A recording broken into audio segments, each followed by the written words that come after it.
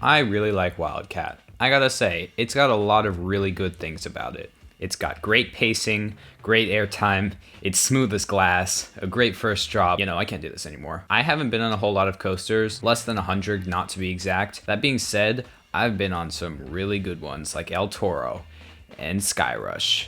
And yeah, that's about it. I mean, I've been on some other ones that are good, but just not as good. But I haven't been on a whole lot of bad ones. If we exclude family coasters, then there's really only one coaster I've been on that I really, truly dislike and will probably never ride again. And that coaster is Wildcat. So in this video, I'm going to go through the layout piece by piece with you guys and hopefully try and convince you to why this coaster is one of the worst ever built. This coaster is really bad, but I feel like recently people have forgotten how bad it is. I've been too positive lately and it's making me uncomfortable, so I need to be negative again. The first thing I want to point out is it's so boring. This ride literally does nothing the entire time. I maybe got one airtime moment, and that's being a little generous. Airtime might be a bit of a strong word. It's more like a moment where the ride actually attempts to pull some forces. Another thing that's really bad about this ride is the pacing. Look how slow it's going halfway through the ride. It's not even like the tail end where the ride is losing speed. This is just the natural pace of this coaster. Oh my god, I'm actually falling asleep.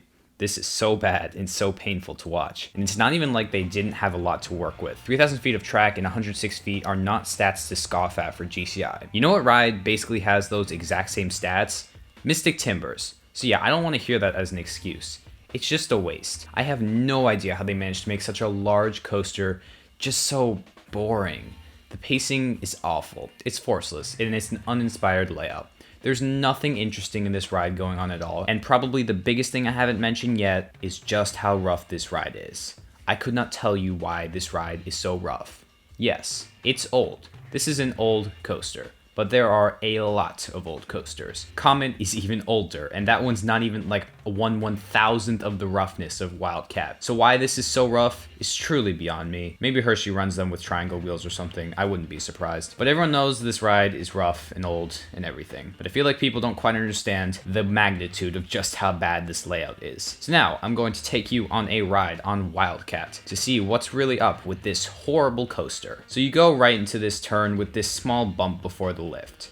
Now, I haven't been on a whole lot of good pre-lifts, but this is pathetic. Don't even try to tell me that it's not. It is. This is pathetic. The little hump here does nothing. There's no reason for it. Please, tell me what the point of this is. There's no airtime. It's not unique. It's nothing. It's just there to be there. So then you go up into this super slow, boring, long, shallow lift hill. Now, obviously, a lift hill is a lift hill, so no matter what, it's not gonna be great. I can't really nitpick this. Then you go into this twisted drop. Now, is this drop bad?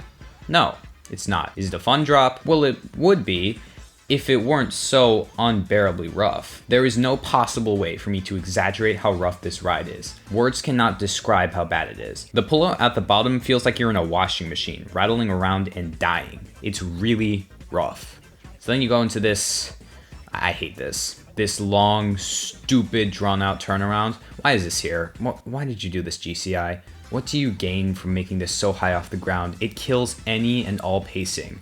I couldn't even imagine what kind of a wacky, crazy element RMC would do with this turnaround, but I know that will never happen. So after that, you go into this super long, drawn-out, low-to-the-ground turn into this slightly off-axis airtime hill. Now, you might be thinking to yourself, wow, this actually looks pretty cool. Sideways airtime is always great.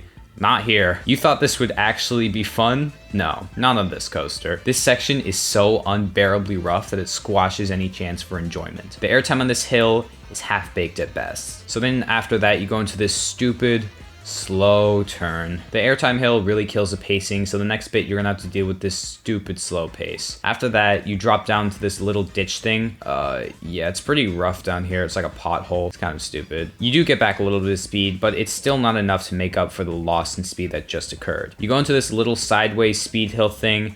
It kind of looks like something on an RMC. It doesn't deliver anything, but it's cool to look at, so good job, Wildcat. One interesting element. Then you go back up into this speed killer hill, not speed hill, speed killer hill, that again gives no airtime, and then fall into this turn into a rapid transition. Now, this rapid transition would actually be fun if it weren't so unbearably rough. The roughness on this ride is just god-awful, and it takes away from any possible cool elements. Then you go into the epic finale, a long, drawn out turn. Woohoo! I think this turn actually sums up the entirety of Wildcat really well. It's actually not going super slow, like there are slower parts in the ride. That being said, it's not going particularly fast, at least compared to the finales of other GCIs. It's also not very interesting. It's just a long drawn out turn. I mean, if that's your thing, then go crazy, I guess. Oh, and it's also rough because this entire ride is rough. This element just sucks. Then you go into this little pop into the brakes. Now I say it's a pop, it's not an airtime pop, it's more like a stutter right before in the brakes, like on Candemonium. It doesn't really do anything, it's just kind of there, much like the rest of the ride. So that concludes your ride on Wildcat. Was it a horrible ride?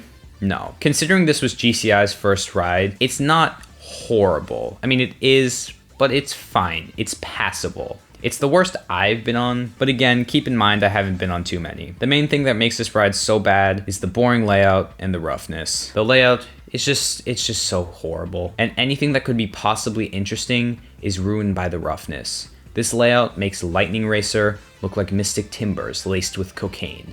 And Lightning Racer is about as boring as stale bread, so that's really saying a lot. I would love to see this ride get arm-seed, but I just don't think it'll happen. If Hershey has held out this long, even with a second superior GCI in the same section of the park, then I don't think it's gonna happen. Like, they're not blind. They can see what's going on around them in the industry. But that's all I have for you today. I hope you guys enjoyed today's rant, and next week we'll get back to some more regular content. So yeah, I hope you enjoyed. Thank you guys so much for watching. Thumbs if you liked it, subs if you loved it. That's all for me today, guys. Bye.